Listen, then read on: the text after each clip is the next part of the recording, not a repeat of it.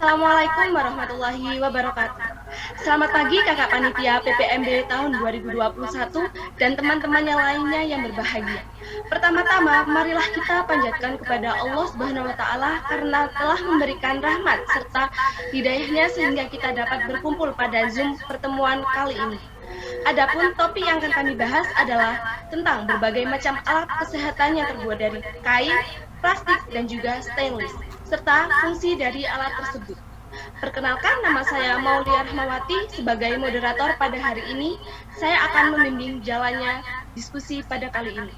Adapun anggota dari kami yaitu kelompok 7, yakni yang pertama Diana Agung Asyafani sebagai notulen, lalu yang kedua yaitu Finsa Amalia Sabatini sebagai operator, lalu yang ketiga yaitu Saidah Fatimah sebagai pemateri 1, lalu yang keempat yaitu Rani Nurbaiti sebagai pemateri 2, lalu yang kelima yaitu Clara Hami sebagai pemateri 3, lalu yang keenam Ikame Suryani sebagai pemateri 4, lalu Nadia Ismi sebagai pemateri 5, dan yang terakhir yaitu Umi Latifah sebagai pemateri 6.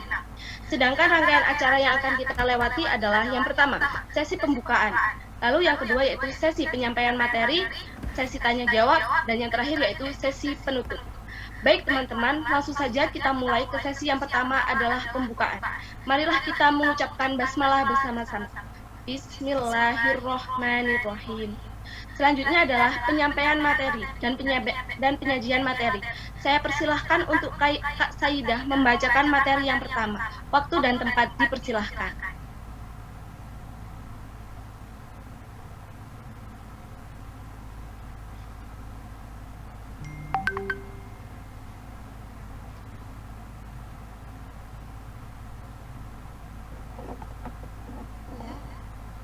Assalamualaikum warahmatullahi wabarakatuh. Saya akan menjelaskan tentang materi yang pertama. Yang pertama, ada kesehatan dari kain. Yang pertama, ada masker wajah. Fungsi menangkap bakteri.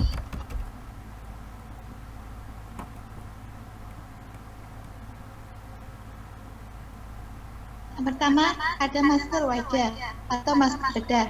Fungsi menangkap bakteri yang tersebar dalam bentuk cairan dan dari mulut dan hidung pemakainya. Spesifikasi terbuat dari kertas atau kain tipis non-woven. Yang kedua, perban elastik. Fungsi untuk membuat bagian yang sakit atau melakukan fiksasi. Spesifikasi bahan kain yang elastis serta menyertakan. Yang ketiga, bolong atau sedang. Fungsi untuk alat operasi yang melokalisir area yang digunakan dalam operasi. Spesifikasi bahan kain. Yang keempat, kain balut segitiga atau mitela. Fungsinya untuk alat bantu menopang atau memfiksasi bagian tubuh. Spesifikasi bahan dari kain yang menyerap keringat. Dan yang kelima, kantong metode kanguru sesuai ukuran neonatus. Fungsi untuk menggendong bayi. Spesifikasi terbuat dari bahan yang lembut. Keenam, ada duk pembungkus alat. Fungsi membungkus instrumen yang akan dipakai setelah disterilkan. Spesifikasi bahan kain. Yang ketujuh, ada penutup mata atau occluder. Fungsi untuk menutup mata. Spesifikasi bahan dari kain yang menyerap keringat dan mempunyai karet elastis. Yang kedelapan, alat tenun perawatan luka. Fungsi untuk membalut luka setelah dibersihkan. Spesifikasi bahan dari kain elastis dan mudah menyerap keringat. Yang kesembilan, ada kain kasa, berupa kain jarang-jarang seperti ram kawat untuk verban atau penutup luka. Untuk materi selanjutnya, saya akan serahkan kepada moderator. Baik, terima kasih untuk penyampaian materi yang pertama oleh Kak Saidah. Untuk pemaparan materi yang selanjutnya yaitu dipaparkan oleh Kak Rani Nurbaiti. Waktu dan tempat kami persilahkan. Baik, selanjutnya alat yang terbuat dari kain yaitu ada plester. Gunanya adalah untuk menutupi luka dilengkapi dengan pelekat. Selanjutnya ada kap penutup kepala. berfungsi untuk melindungi kepala dari bakteri dan virus saat bekerja di fasilitas kesehatan. Selanjutnya ada baju operasi, adalah fungsinya untuk menjaga agar tetap dalam keadaan steril. Selanjutnya ada handuk medis, fungsinya adalah untuk membasuh muka dan tubuh pasien sakit, mengurangi iritasi pada kulit pasien, dan sebagai handuk kompleks yang efektif. Selanjutnya ada stick laken, fungsinya adalah alas tubuh pasien supaya tidak lengket. Selanjutnya ada waslap, fungsinya adalah untuk menyeka pasien saat mandi. Selanjutnya adalah alat yang terbuat dari plastik. Yang pertama, di sini ada bispot urinal, fungsinya adalah untuk sebagai alat bantu bagi pasien atau lansia untuk buang air kecil yang harus tetap berada di tempat tidur atau sulit bergerak. Selanjutnya ada rectal tube, fungsinya adalah untuk mengeluarkan gas-gas dari usus dan untuk membersihkan rektum. Selanjutnya adalah alat infus atau infuset, fungsinya adalah untuk memasukkan obat atau cairan ke dalam tubuh. Materi selanjutnya saya serahkan kepada moderator. Baik, terima kasih untuk Kak Rani Nubaiti selaku pemateri yang kedua. Untuk pemaparan materi selanjutnya yaitu akan disampaikan oleh Kak Clara Hani sebagai pemateri yang ketiga. Waktu dan tempat saya persilahkan.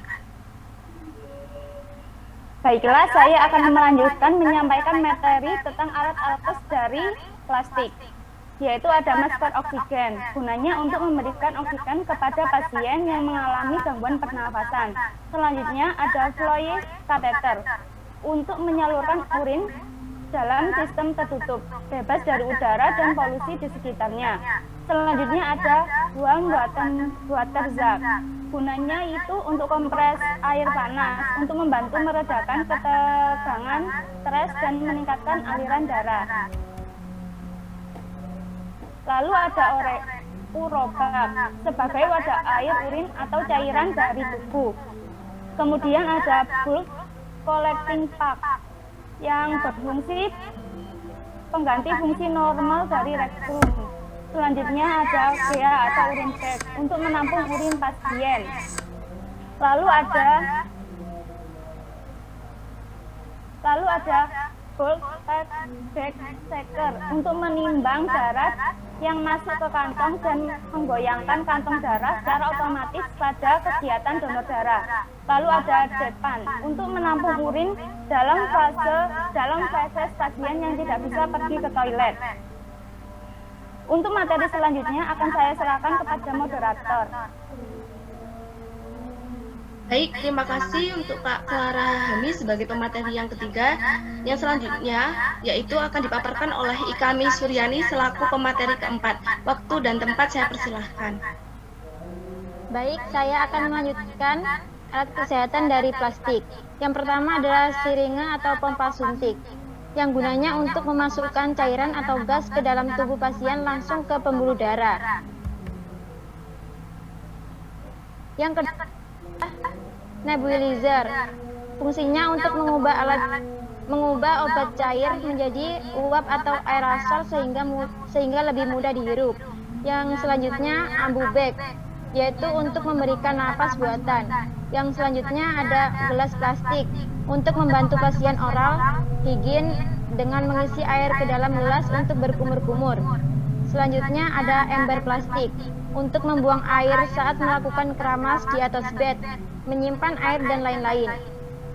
Yang selanjutnya ada keranjang bersih untuk menyimpan alat verbet, alat mandi di atas bed, dan pakaian bersih pasien.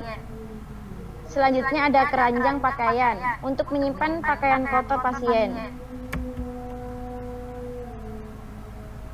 Selanjutnya ada alat yang terbuat dari stainless.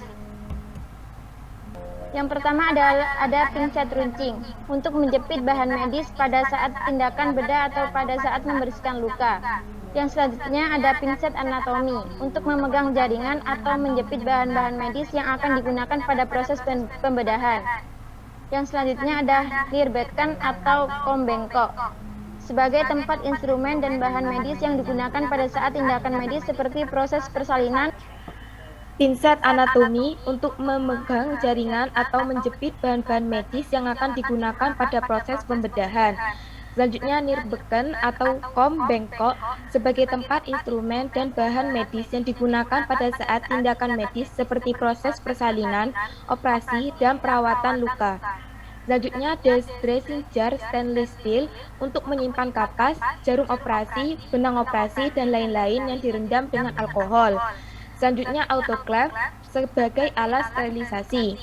Selanjutnya, bak instrumen tutup sebagai tempat untuk menaruh instrumen-instrumen atau alat-alat kesehatan seperti gunting anatomis, pinset, jarum suntik, dan lain-lain agar alat-alat kesehatan tersebut tetap dalam kondisi yang steril. Next. Selanjutnya, kruk untuk menopang keseimbangan dan mengurangi beban berat badan saat berjalan, bisa juga untuk mengembalikan fungsi otot. Selanjutnya adalah stetoskop untuk memeriksa suara di dalam tubuh, seperti detak jantung, suara pergerakan usus, dan lambung, dan lainnya. Selanjutnya ada kursi roda, yaitu alat bantu bagi orang yang mengalami kesulitan berjalan. Selanjutnya tiang infus untuk menempatkan cairan infus yang terhubung dengan pasien. Selanjutnya ada ranjang periksa untuk memeriksa pasien dalam posisi berbaring dan hanya untuk pemeriksaan luar.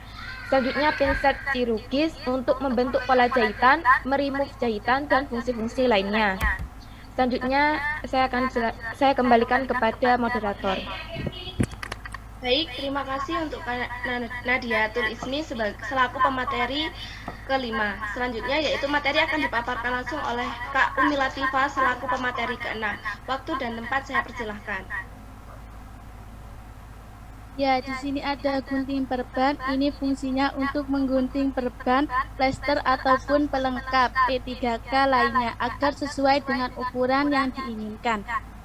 Dan ada lagi Galipot stainless untuk menampung cairan antiseptik seperti lodin pada saat tindakan operasi minor dan hektik.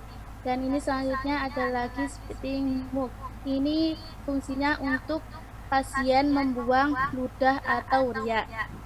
Dan selanjutnya ada Poscom trolley. Ini fungsinya tempat penampungan air untuk membersihkan badan pasien. Dan ini ada lagi forceps jar. Ini fungsinya tempat untuk menaruh pinset, klem, dan tang yang sudah disterilkan agar tetap steril. Dan ini ada lagi instrumen tray. Ini fungsinya digunakan untuk meletakkan alat-alat medis yang belum steril.